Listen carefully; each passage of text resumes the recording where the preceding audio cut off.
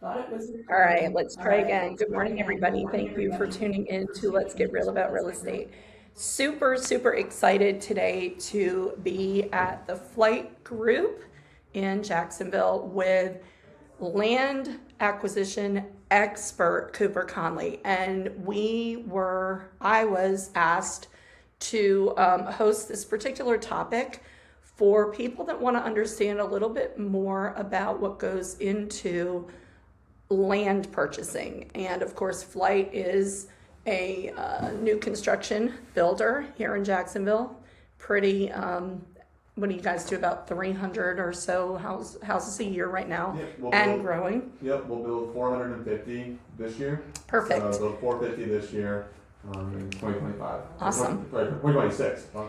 Right. So a lot of people send land deals to Cooper and his colleagues to see if they want to purchase them. There's a lot of wholesalers in our market and also sellers that own land.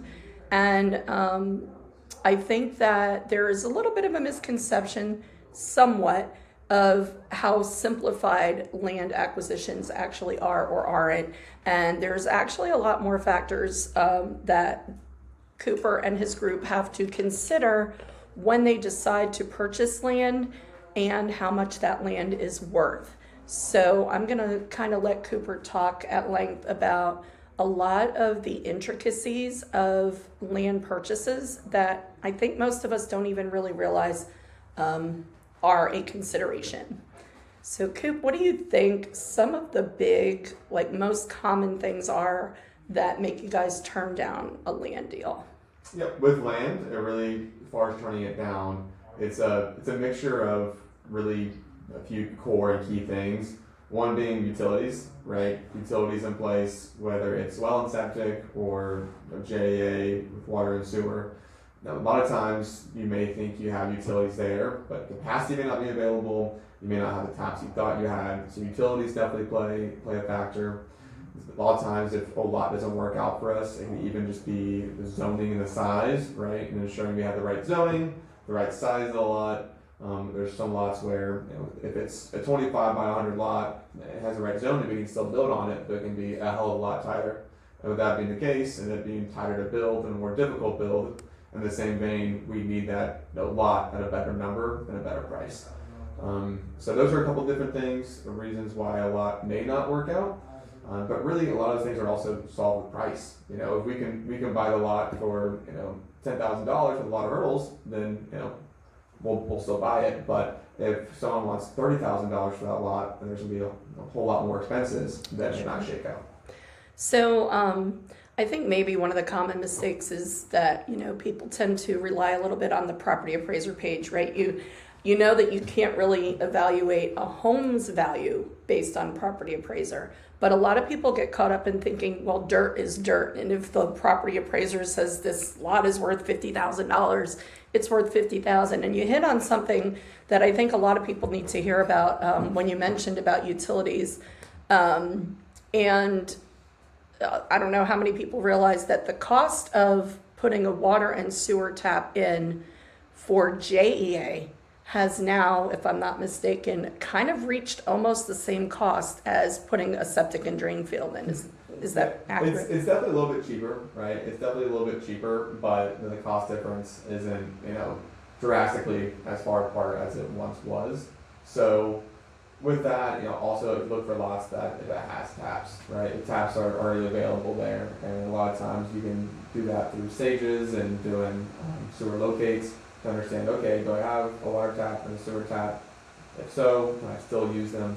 And so being able to do that obviously can save you on utilities, but yeah, if you're going into an area and you got to put in a sewer tap and a water tap, the cost difference of a well and septic is not too far apart. And you just said something that I think also is significant. You said, do I have a sewer and a water tap, and can I still use them? So I know that there are some neighborhoods, particularly the 32206 zip code for one, where, can you talk a little bit about it's like, is it partial paving, partial repave, something where they're going over top of the older taps that were there?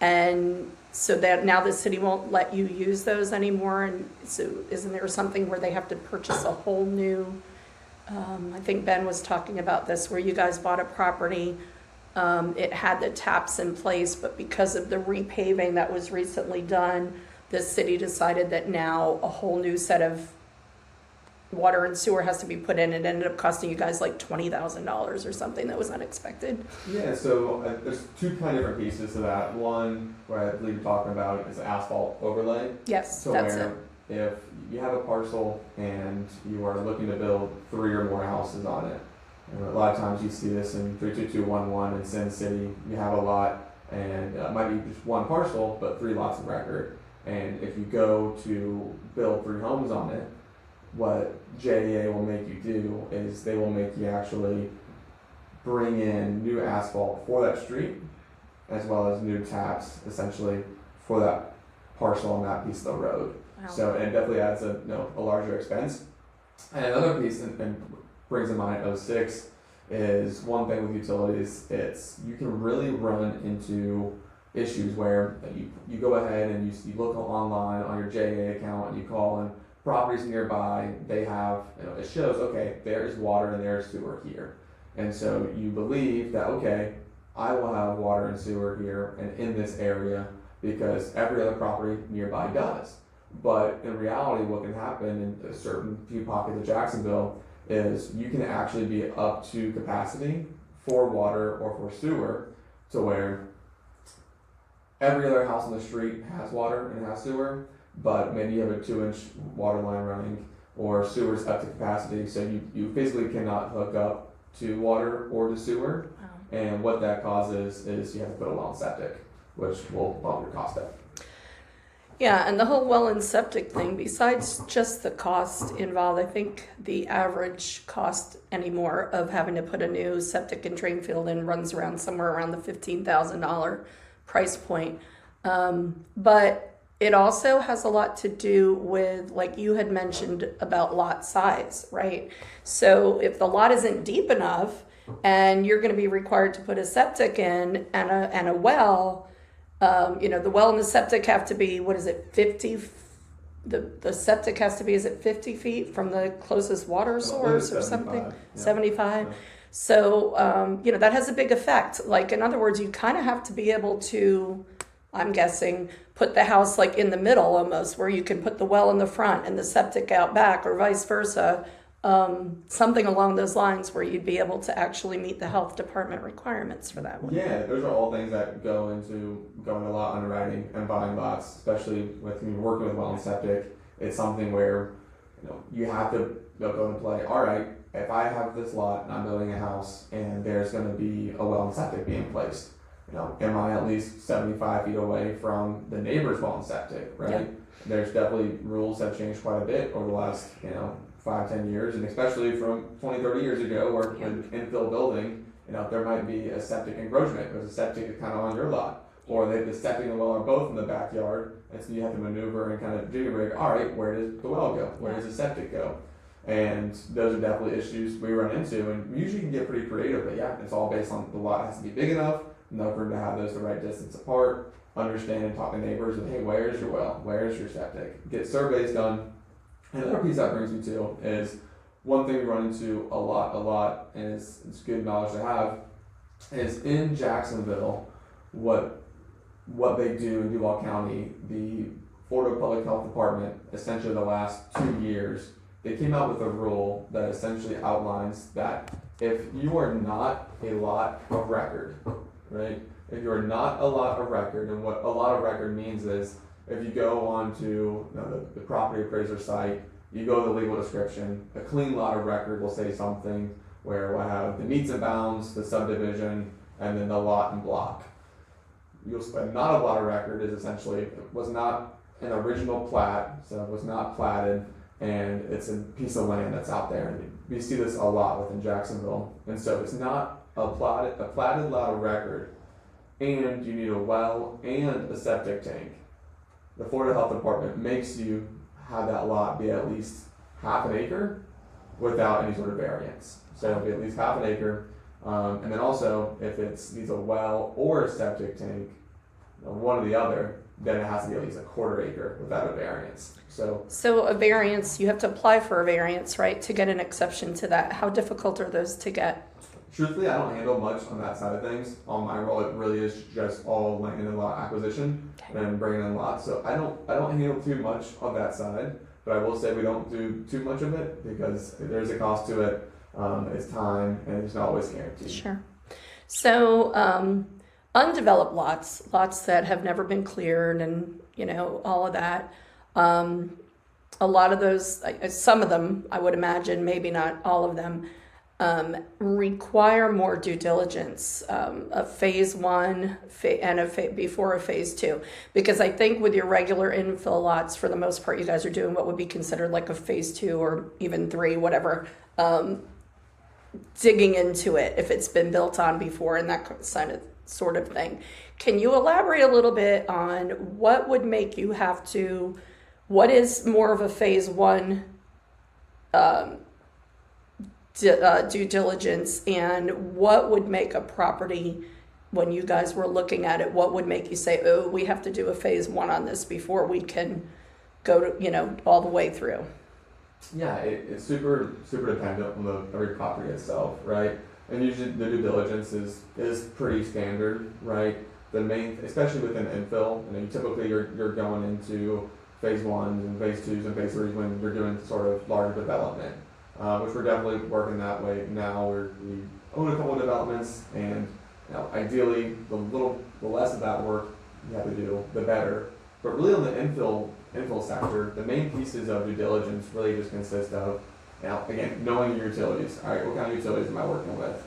It is understanding, all right, am I in a floodplain? Right, am I in a floodplain? Yes or no? All right, cool.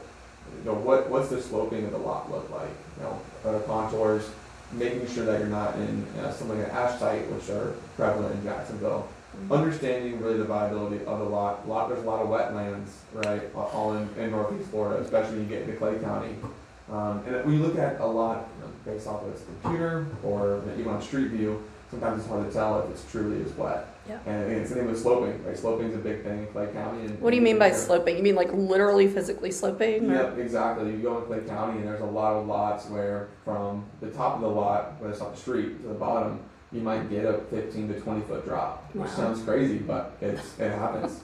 So, and then with that too, it's making sure title's good to go, and also it's understanding, all right, here's my resale price, here's my build cost, here's all the costs that go into owning a lot and building reconstruction for a 6-month time frame. It's making sure that seeing what we can and can't put there based off zoning, right?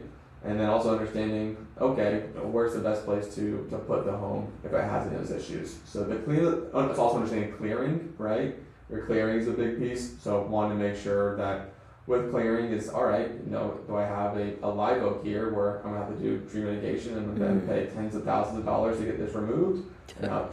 Is it smaller limited clearing? So getting all this cost together, understanding exactly what you can and can't do. And that's the majority of it within infill building. It's just really getting a good grasp and understanding of, okay, what am I working with? What do utilities look like? What does clearing look like? What do, as far as floodplains, contours, sloping, what does all this look like? What can I build? What can't I build? What should I build? And then making a decision, okay, does this lot make sense? And for us, every single lot that we purchase and we buy, we do an initial underwrite before putting it under contract. And we want to make sure that we have, a damn good feeling that it's going to go through and it makes sense. For us to buy, put it under contract. But one thing also is a lot of things, the title come up. So anything that's 06, 08, 19, 54, there are a lot of title issues. And Jacksonville slaps a whole bunch of nuisance liens and order administrative fines on properties. And some of those we can abate, some we can't. A lot of code enforcement issues within Jacksonville. So we deal with that all the time. That's honestly the biggest reason for having to cancel some lots. It's just what the city puts on the property. What they want. I know that they used to be pretty adamant that if it was a lien put on the property for work that had actually been done, that the city paid somebody to go out there and mow the lawn, or somebody got paid to go out there and demo a building, those they wouldn't abate, that you had to pay those. I don't know if it's still the same or not. And then other things you could kind of negotiate on. Is it still $1 for every $2 for new construction? I'm not 100% sure. Again, I don't do too much on that end. It's Okay. more solely focused on acquisition, but it is my understanding they actually just rolled out something that is actually more beneficial to people looking to buy land, looking to build and make improvements.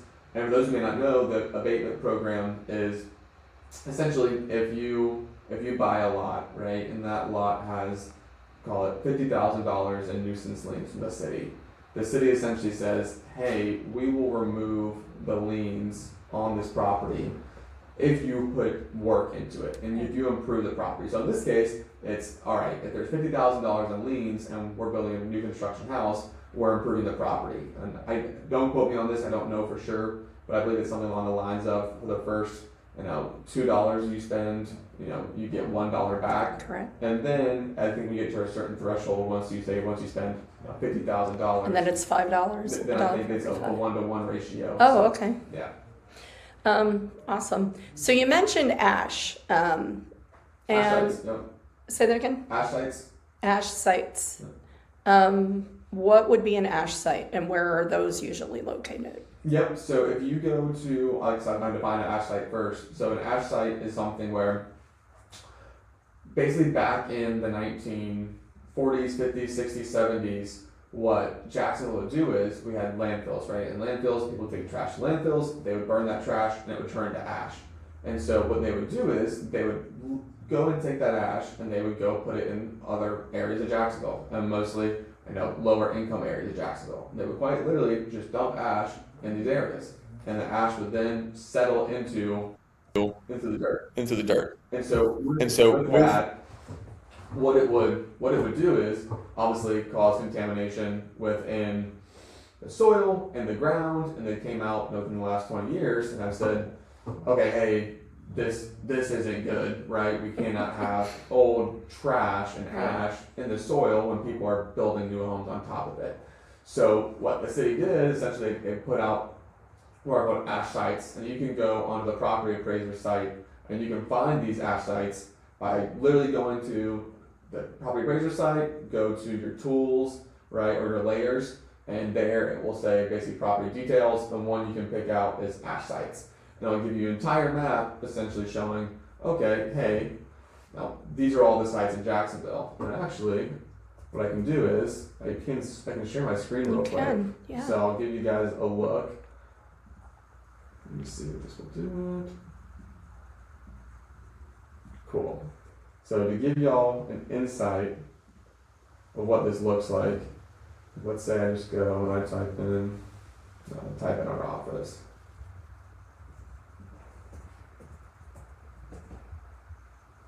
Alright, I type in our office, go in here, right, I'm gonna go to layers, I go to land base. I don't think they can see the top part where you are. Oh, let me share this. No, scroll your page down a little bit, maybe. There you go. There we go.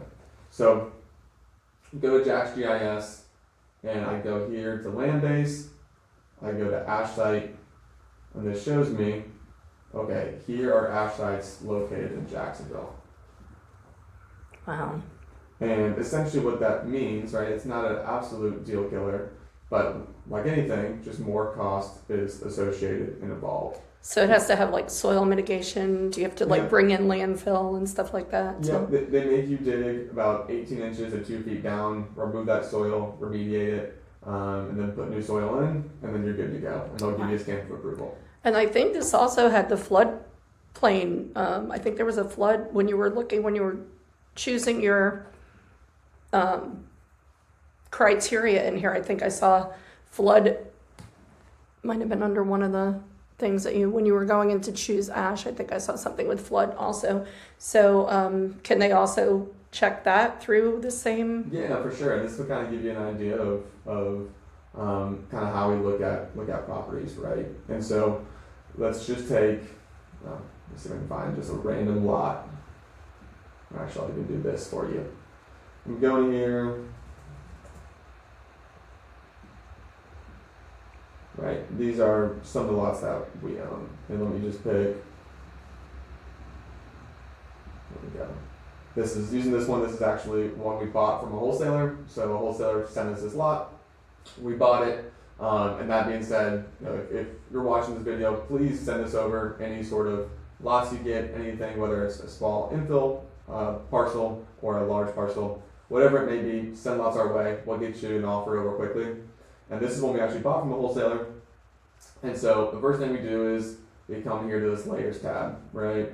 And we check, all right, go to layers, check the floodplain, right? I'm making sure that I'm not in an A flood zone, as you can see here, because with that, obviously it's going to be a little more of an expensive build. You may have to build a stem wall. You're selling a house where people need to get flood insurance. And so if anything... So your blue areas are your flood Exactly, area? Your blue areas and then your yellow area. Where it shows the yellow, right, those are, we can still build there. We can still buy those lots. When you see this dark blue, that's where I'd be a little bit weary, because it's going to be, you're in the true floodplain. Wow. And then from there, we also look at, all right, going back to, again, ash sites. Now here, this is in an ash site. As we know, other areas are. So, all right, cool, we're not in an ash site. From there, also look at our contours, right? This shows you the elevation of the lot. So you can kind of scroll in, look at this lot, and it will essentially tell you, all right, you can kind of see here, this is at 20, this is at 21. These lines here are the sloping. And So what's a good elevation number? Right. What's that, sorry? What would be a good elevation number? You just want to be consistent, right? Okay. So the number itself doesn't matter. You just want it to be consistent to where, at the top From of the lot, front to the back of the lot and side to the Exactly. side, it's kind of it's consistent, right? Close, You okay. don't want too much sloping to where it goes from, 25 to 20. That means you have a 5-foot drop somewhere. Oh. So with that, the other thing we do, and I'll bring back this tab. Actually, let me do this. So using the same lot here on Kenmore, right? You can go down here and look at this, right? This is the legal description I was talking about. You get your meet and bounds, your subdivision, and this is what you want. You want a clean, where it says lot 4, block 18. That means you have a clean lot of record, and that's what you want. You go here, check your zoning, RLD 60, meaning residential low density. The 60 means typically you need 60 feet of frontage.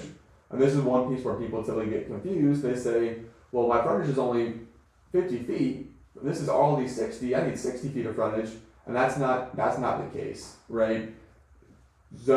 Lots of record supersedes zoning, right? So if you're a lot of record, that supersedes the zoning and you can build on that lot. So if you're a lot of record and you have, 35 feet across and 80 feet deep, but it's RLD 60. So is there a stopping point where, is there a minimum that you have to build a single family home?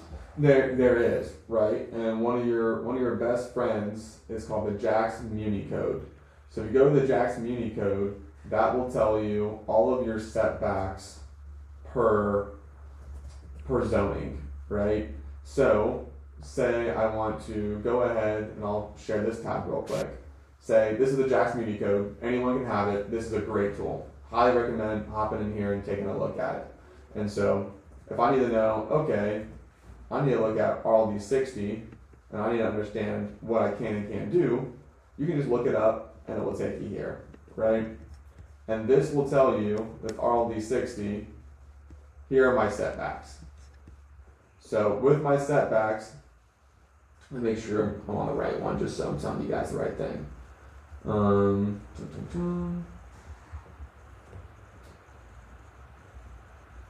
Right?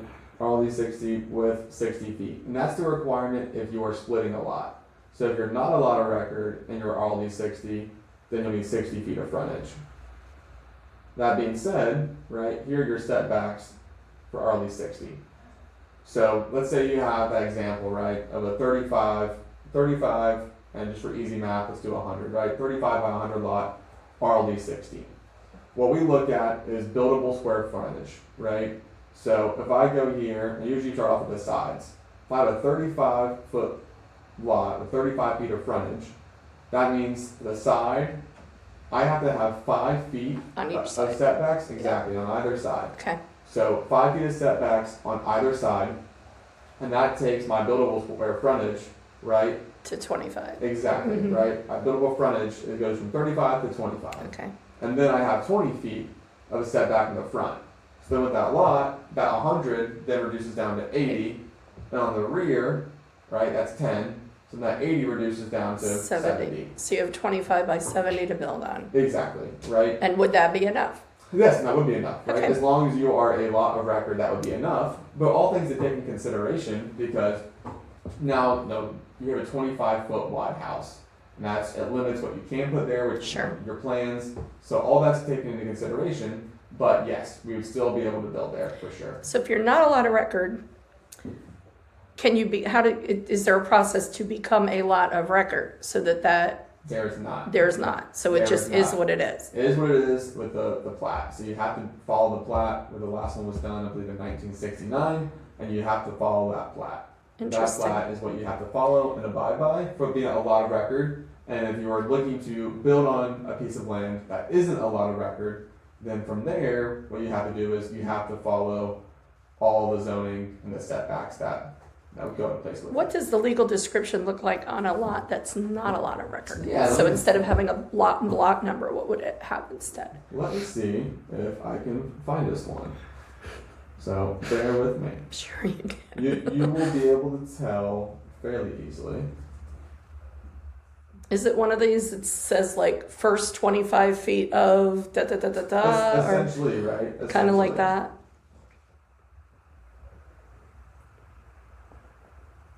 But maybe not always, because that still could have a lot number, I think.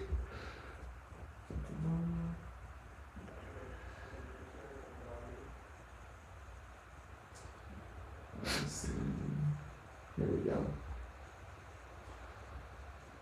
So, this is another lot that we own, and if you look over here, you got the legal description, and this is what a legal description. Okay, so What- it's a track number and a recording, like book and page, and a block number, but no lot number. Very Exactly, interesting. right. So you'll be able to tell, but it doesn't just say pretty clean and clear and concise, hey, this is lot number 4. Then from there, it will be, you'll know, okay, I'm probably doing something that's not a lot of record. You can actually pull a plat to find that. It's all. Yeah, because how do you know your measurements for Yeah. the property?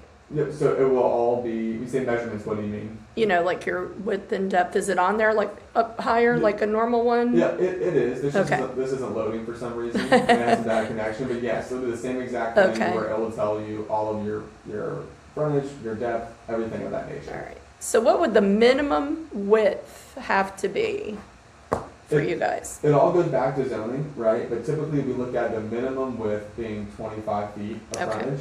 And that would have to be an R&D lot, right? RMDA, RMDB. Because with their setbacks, it's a little bit different, Okay. right? So with their setbacks, they're going to be smaller.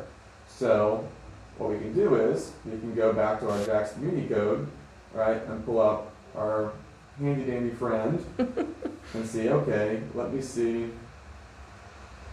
if we can find the setbacks here.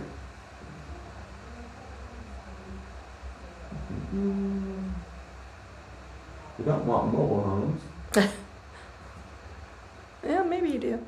right? Can you put a single family on a lot that's zoned for a mobile home? A lot of times you won't see that. I'm not quite sure. We've never come across that. Funny enough, No, now that you said it. but I would think if you have enough space to do so, I don't see why there'd be an issue with it. Yeah, maybe it has to just be a rezoning type thing. So here we go, right? You click into this, and if you want to look for, see if it will give it to us. If I scroll down, it'll be there. This tells you exactly what you can and can't do, right? When you have residential medium density, RMD, this tells you what you can do. So single family dwellings, in some cases, if you have enough space, you can do multifamily, right? Duplex, quad. Be careful with that, because with RMDA, a lot of times it will say you can build 8 to 19 units per acre, right? That's what it says in COJ. So everyone comes back and says, hey, I have a quarter acre RMDA property. That means I can build 4 or 5 units on this property, and that's not always the case. So, right, here are the setbacks for single family, right? RMDA, you want to be at least 40 feet width, 4,000 square footage, and you can build on smaller lots. So those measurements are what would come into play to tell you exactly how much you can build on a particular lot. Right, and so for us... And if it needed septic or city utilities and all that other stuff. Exactly. And so with this being RMD, you can see here the setbacks are a little different. You still have 20 in the front, 10 in the back, but your sides are a little smaller, right? So you have 3 feet on either side. So where you can, rather than a 5-foot setback, you have 3. Interesting. So when you are going to put multiple properties, you're also doing multiple sewer taps and water tap, or sewer tap and water meters for each one of those homes as well, correct? Yes. Yep. So that also is a cost consideration. I guess the main cost would be on the initial purchase of the lot, right? So that first cost, and then depending on how many you can build, you're kind of absorbing the costs of the additional ones within, on top of cost of construction for the other houses. Yeah, exactly. Okay, so any other things that you think might be something that, obviously you guys can answer pretty quickly when you have a deal sent over to you, for the most part. What if you were the one out there acquiring land from the landowners, if you were wholesaling the land or, trying to connect the buyers with the sellers, what would be would there be anything specific that you would recommend that they say to these sellers or explain to these sellers when they, are looking at these deals and pricing them? I look at it to where we use us as a resource, right? We have a team of about 6 of us that are out and acquiring lots. And so use us as a resource because we spend all day, every day, 12 hours a day, looking at land, acquiring land, understanding what things mean. And it's can be a little tricky sometimes, it can be a little daunting and intimidating of, hey, what am I looking at? What does this all mean? And so what we do is if you're looking to, whether it's purchase a piece of land for yourself or wholesale a piece of land, give us a call, right? Give us a call, say, hey, Cooper, I have this lot, what would you do with it? What do you think the right price for this is? What would y'all pay for it? Right. The last thing we're ever going to do is go behind your back and try to acquire that lot. Right. Jacksonville, Northeast Florida is just way too small of a town to do that, especially in the real estate community. And that's just not the right thing to do in general, right? Last thing I'm ever going to do is want to poach anyone's deal or opportunity.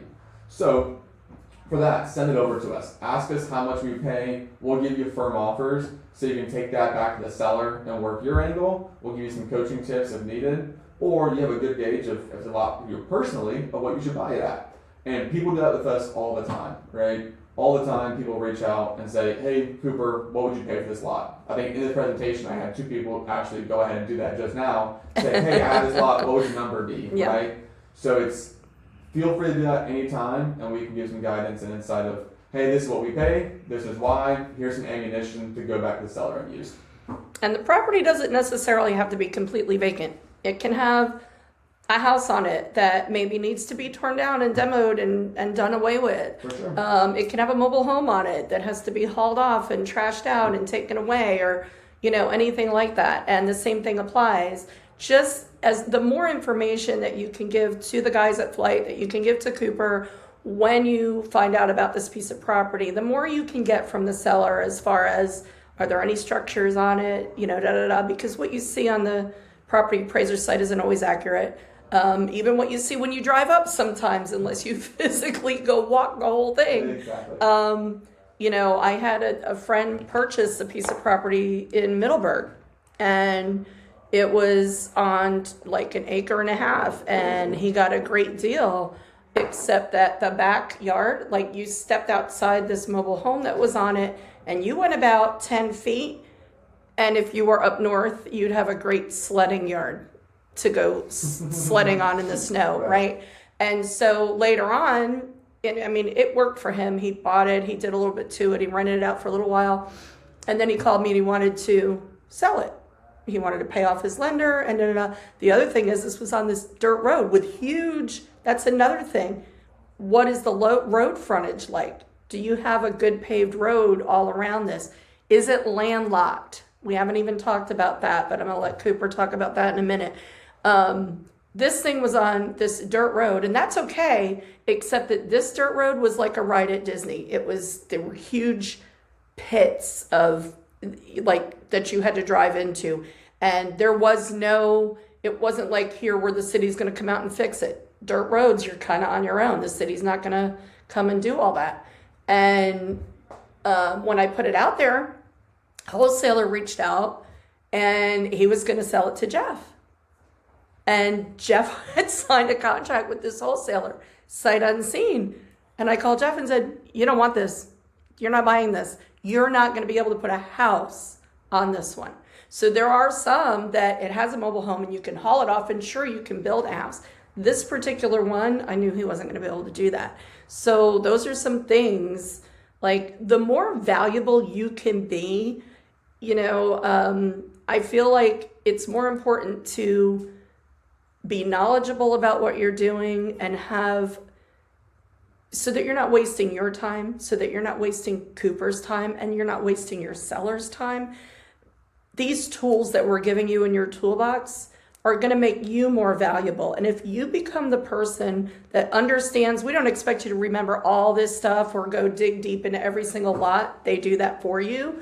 But the more you can remember of some of the key points that we're making here today, the more valuable you become to Cooper, right? So especially as a wholesaler, if you're somebody who's just hungry and eager and just grabbing every single thing that comes in front of you, and versus the person that takes the time to learn a little bit more and dig a little bit deeper into the types of properties that you're trying to sell to Flight, whose message do you think Cooper's going to answer first? And whose deal do you think he's going to probably look at a little bit closer and take that time because he knows, hey, this person kind of gets it. They know a little bit more, and if they're sending it to me, they probably think it is something that we would buy at least close to this price.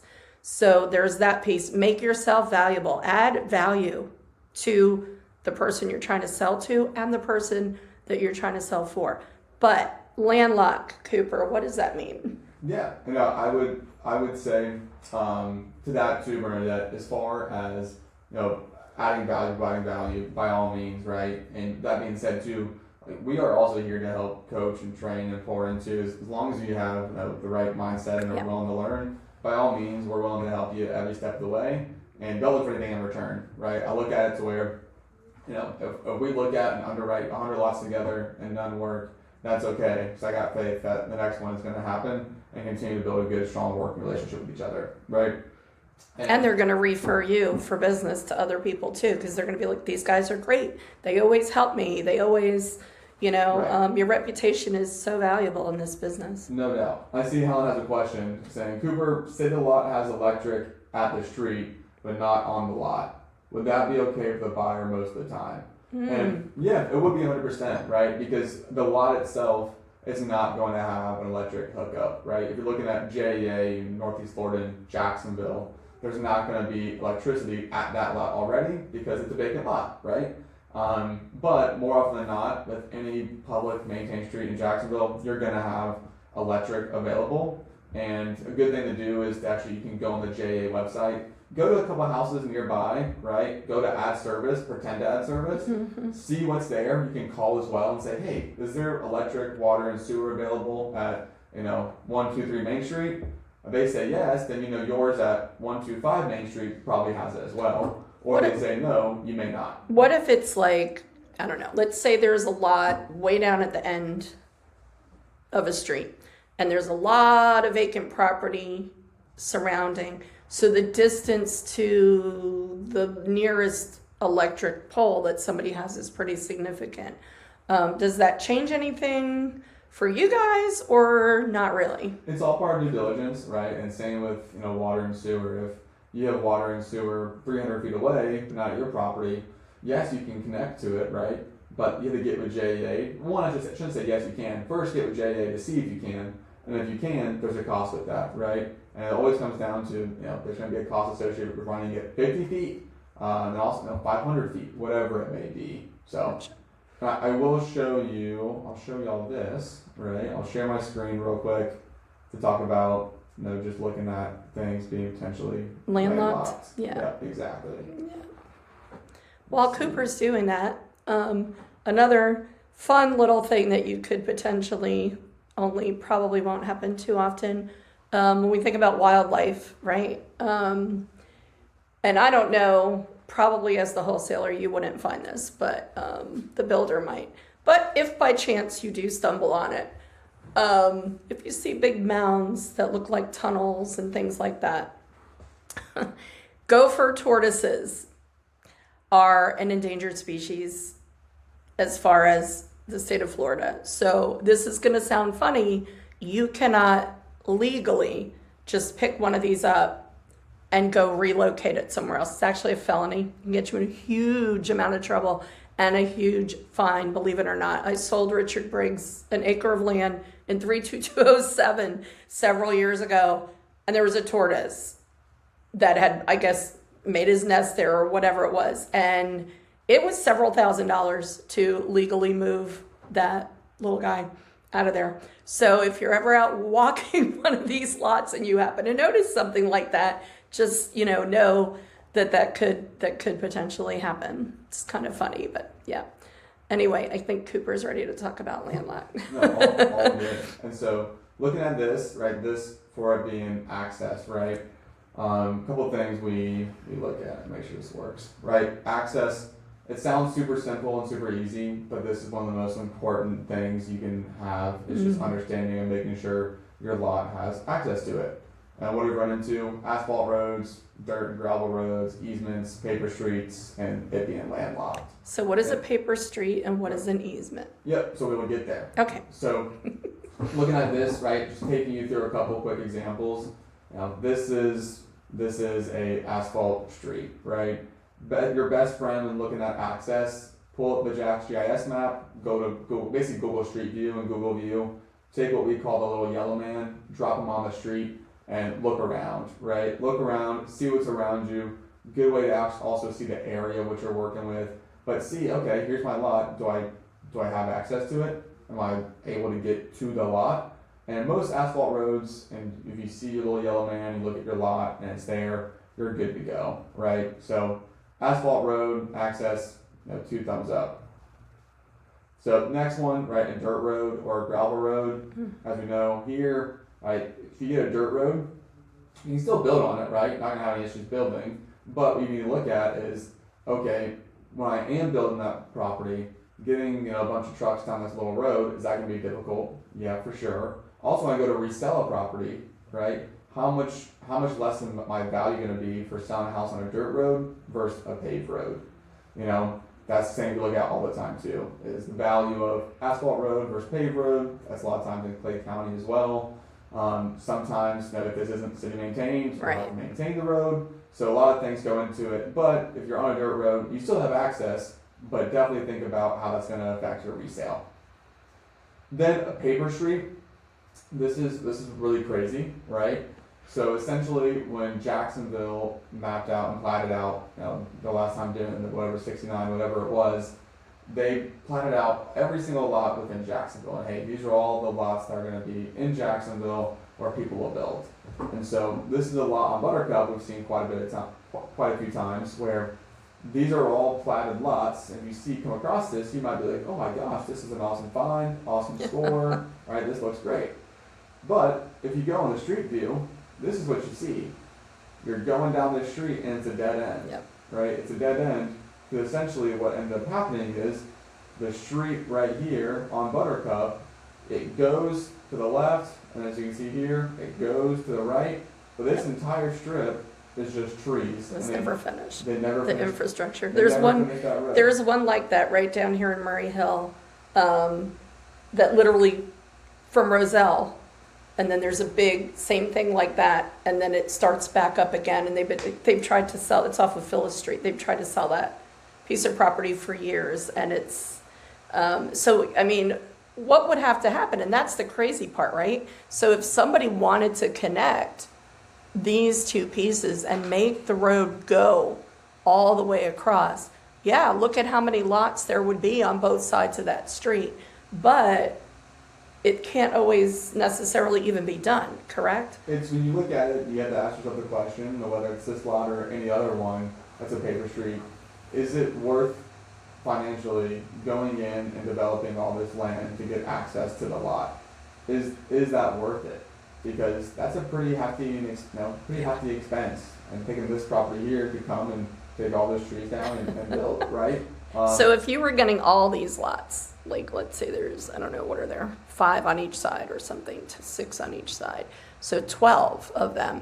Let's say you had the opportunity to buy all of those lots, then it might be worth considering doing the.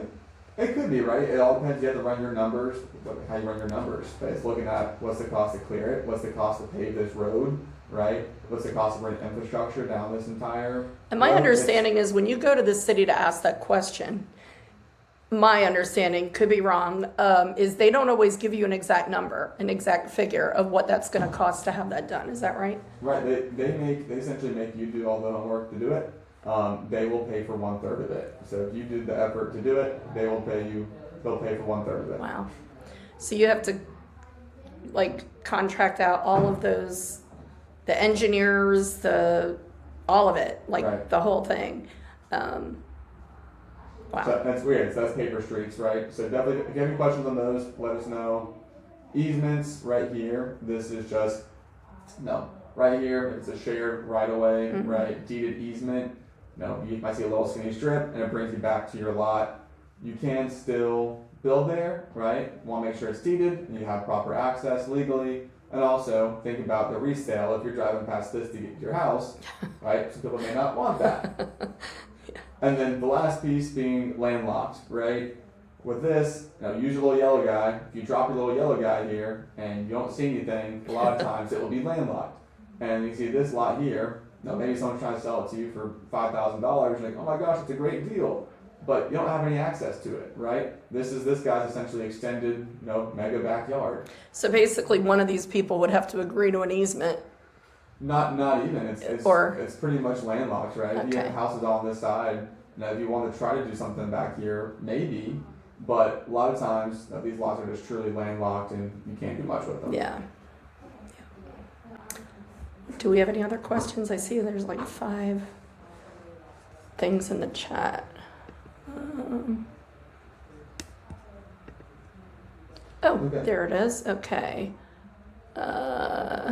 You did the electric, having to pull permits. What is Rashawn's question? The lot doesn't sell quickly. What's the most likely reason? I think it's dependent, right, on a handful of factors. That question as far as doesn't sell, it might be price. Look at lots that are on market. If they're on market for more than 100 days, it probably is a price thing. Probably just priced too high. A lot of times, maybe it's just actually the viability of it. What's the horizontal cost going to be to bring in utilities, to bring in infrastructure, roads, clear it. It's all dependent. So I think it's a little bit of an open-ended question. So what's the main reason a lot may not sell, or what's the main reason why we may not buy a lot? At the end of the day, it kind of boils down to I think also the price. There's usually maybe a number for it, but I think there's a bunch of different factors where it's very, very lot dependent and can vary lot by lot basis. I think that if it's in a neighborhood where you see a lot of flight homes going up, Flight has, I just smile every time I'm down in the Phoenix area of 06, even the west side MLK, and I see what Pat and Cooper and his group have already done to those neighborhoods. and just how clean and amazing they look now compared to the way they were just 3, 4, 5 years ago. It's an awesome thing. But to simplify your life, if you happen to, when you are looking at this lot, if you happen to notice that maybe right down the street, either Richard Briggs or Pat or, somebody recently is doing a new construction on that neighboring property, take a look at what they paid for that lot, for that property. If you don't know, if you can't find it on the property appraiser, shoot Coop a message. Hey, what did you guys pay for that lot that you're building at blah, blah, blah, such and such street? It's not going to always be a 100%, yes, we'll give you that same amount for that, but there's a good chance that that's pretty much what they're paying for those in that location. No doubt. I know we're running out of time here. Yeah. I think it's a kind of a great way to wrap it up in the sense of that is 100% one of the best ways to do it. If you're looking to sell us lots and you're curious, okay, how do I start? How do I go out and find land? Look up SDF Capital Group LLC on the COJ Property Appraiser. You can see all the lots we bought, what they bought them for, and I can tell you if it's something that we own, right? We're looking for more lots in those areas. So any questions you have, feel free to call me, text me, anytime, reach out on social media, and I'm happy to help and give you insight of what we're buying, how much we're buying it for, to look at land for you, get you connected with our team to ensure we can get offers over to you ASAP. And Cooper is an amazing resource. He has the communication skills that are unmatched. If he can't answer you right away, I promise you he will answer you within hours. He doesn't sleep. He's waiting till he dies to sleep. And his work ethic is absolutely impeccable. So you couldn't possibly deal with anybody better at any level of real estate, be it land purchases. They do still sometimes buy homes too. If you have rehab homes that and if he doesn't want it, he can probably, his dad buys a lot of those, if you didn't know that. And he can refer you out to people who do. And so I really hope we have dug deeply enough into this for you, Helen. I hope we helped you. I think you were the one. Thank you for bringing this topic to us, because I think this is phenomenal, and I'm really hoping that it adds a lot of value for you guys, and it adds a lot of value for Flight and anybody else in the market. And Cooper, thank you so much for taking time. Yeah, of course, Bernadette, thank you. Thanks for being a great resource of bringing in deals and again, great communication and flipping through ideas. So always appreciate it. It's been awesome. So reach out anytime. Any questions you have about land, feel free to let me know. Brian, of course, man, thank you. Always glad to hear Thanks, you're Brian. watching this. And Rashawn and anybody else that tuned in today. Yep, thank you, Helen. So y'all, everyone, thank you so much. Any questions you have, feel free to reach out. I'll type in my phone number here just in case you need it. Shoot me a message on Facebook, Instagram, whatever it may be. But call is usually the easiest for me. So everyone, y'all, thank you. Thank you so much. Thanks, guys. Have a wonderful week. All right, now I just have to make sure that this stores